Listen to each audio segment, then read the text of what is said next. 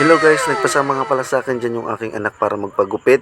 At dyan nga kami punta sa aking kakilalang pobre na paraburog. Isa rin po siyang vlogger at content creator. Dyan nga lagi kami nagpapagupit ng aking anak sa kadahilan ng isa siya sa pinakamagaling na manggugupit dito sa Bulan.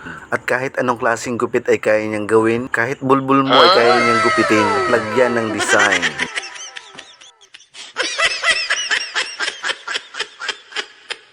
At nahihiya nga dyan yung anak ko kasi binibidyohan ko daw siya. Kahit nga nung maliit pa yan, hindi yan nagpapapicture at nagpapabidyo. Makuhanan naman siya ng camera, yung bang parang stolen shot lang.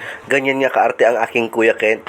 Pero lablab ko yan. Tingnan yung anak ko, seryosong seryoso na yan dyan. Pero naiinis niyan sa akin. At sinabihan ko nga dyan guys, yung aking kumpare na papugiin niya yung aking anak. Dahil pupuntahan kaming eksena.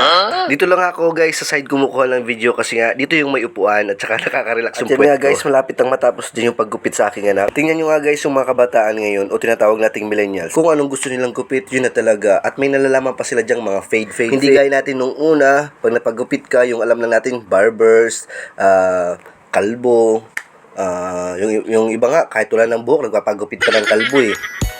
At yan nga guys, patapos na. Konting bawas na lang dyan sa taas. At yan, ang pogi na ng aking anak.